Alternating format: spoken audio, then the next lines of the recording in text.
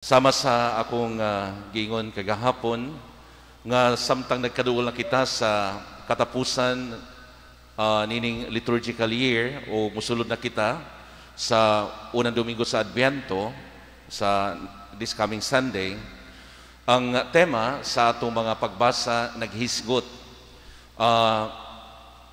dili concern ang katapusan sa kalibutan kung atong sabton kini naghisgot mahitungod sa gingharian sa Dios.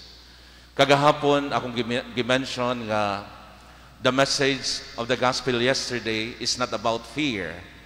Nga gipakita kanato kung unsa ang makalilisa makahadlok nga mga panghitabo. But actually the message is about hopefulness. Ang atong paglaom, ang atong pagpaabot sa paglaom. Mga igsuon, karong adlaw atong nadungog usab ang sambingay mahitungod sa kahoy nga higera, the parable of the fig tree. So matud pa sa kasinatian sa laing nasod makaadto ta nga naay panahon nga mawala man gyud ang mga dahon sa mga kahoy. Og matud pa nila the moment that the buds sprout, it gives signals that summer is near. So mo na nga ang tig-init duol na. So si Kristo nagpasabot kanato mahitungod sa gingharian sa Dios. Siguro mga igsuon ang atong pamalandungan ani kung unsa ang atong kasinatian sa gingharian sa Dios. Kay kung wingon kita nga wala pa kita makaila o wala pa nato masinati ang gingharian sa Dios, dili kini ang actually ang accurate nga paagi sa atong pagtan-aw sa iyang pag-abot sa atong kinabuhi. Tungod kay sa matag adlaw sa atong kinabuhi atong nasinati bisan ang gingharian sa Dios nining atong kinabuhi karon. Sa tanang kaayuhan sa tanang mga maanindot nga atong nasinati sa matag adlaw, kini naghatag og nag-contributes kanato the understanding of the kingdom of God, the experience of our experiences of the kingdom of God. So mao bitaw nga siya maingon kanato nga atong hinumduman nga mawala ang tanan, no? Bisan ang langit ug yuta mawala, pero ang iyang mga pulong dili gayud mapakyas. Dili gayud mawala. Kining iyang gisulti kamatuuran alang kanatong tanan. So man nga dunay tulo ka imbitasyon kanato.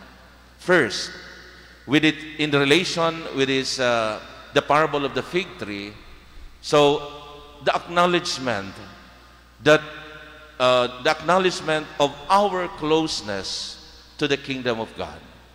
So buti pasabot nga we have to acknowledge every day in our relationship with God nga ang gingharian sa Dios duol kanato og ani anak kanato, no?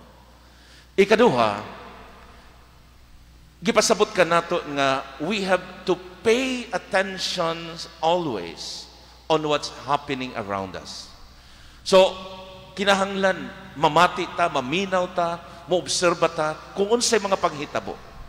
Kita ba nagbantay sa mga kaayuhan, sa kaanindot nining atong gipuy-an, sa mga kaanindot sa mga butang nga ania kanato.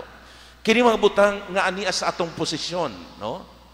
Kini ba nagpay attention ba ta nga kining tanan dili nato maangkon kung dili tungod sa kaayo o dili tungod sa pagkamanggihatagon sa Dios kanato. So not only these things, even things that are happenings around us. So you have to pay attention of what is happening around us.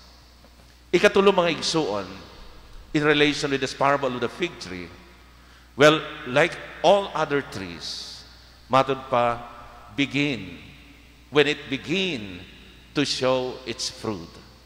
So siguro, maunay challenge nato mga igsuon. Kay kung ang kahoy higera manalingsing na, kini anaa sa potential nga kini sa dili madugay makahatag kini og mga bunga bisan unsang kahuya, makahatag og bunga alang sa katawhan. O mausab kini kanato. When we are close and we are part of the kingdom of God, and we always pay attention around us on the goodness of God, on the power and His great glory, then kita makaproduce, makapahatag o mga bunga nga angay natong ipaambit sa uban. O mao kini ang hagit ka nato karon, ilabi na sa atong pagsulod nining panahon sa Adbyento. Because Advent means coming. The coming, no? So, it is not about He came to us. Kay kung maingon ta nga, He came to us, wala na accuracy. Buti pasabot nga, kasara siya mianhi, o muani siya sa sunod nga adlaw. But when we say the coming, means there is always that accuracy that He will remain with us and He is always in us. So mga igsoon, mao kini ang atong gipangandaman, ilabi na sa mga mususunod nga adlaw nga atong sudlo na o ato ng panahon ang panahon sa Adbyento. Siguro gamay nga gipakita ka nato sa atong unang pagbasa. Atong nadungog ang pag-describe sa upat ka nagkalain-laing mga mananap. Kung atong tan-awon sila tanan makalilisang o mahadlok ta tungod kay ana ang kabangis sa paghatag og hulagway kanila. Apan sa katapusan atong nakita nga dunay mas labaw kanila nga bisan unsa kabangis, unsa ka makalilisang o makahadlok kini mga klaseng mananap, sila pwede nga mahanaw tungod kay adunay mas labaw nga miabot og andam nga matud pa mopahawa ni ining tanan. So mga igsuon, mao kini ang giandam sa Dios alang kanato.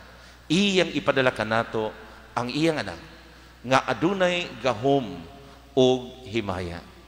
His Son will be with us with power and great glory. Mga igsuon, hinaut unta nga kitang tanan andam kanunay sa pagdawat o labaw sa tanan sa pagpuyo diha sa gingharian sa Dios. Ang atong manunubos, muabot ka nato, andam ba kita nga mudawat kaniya. Amen.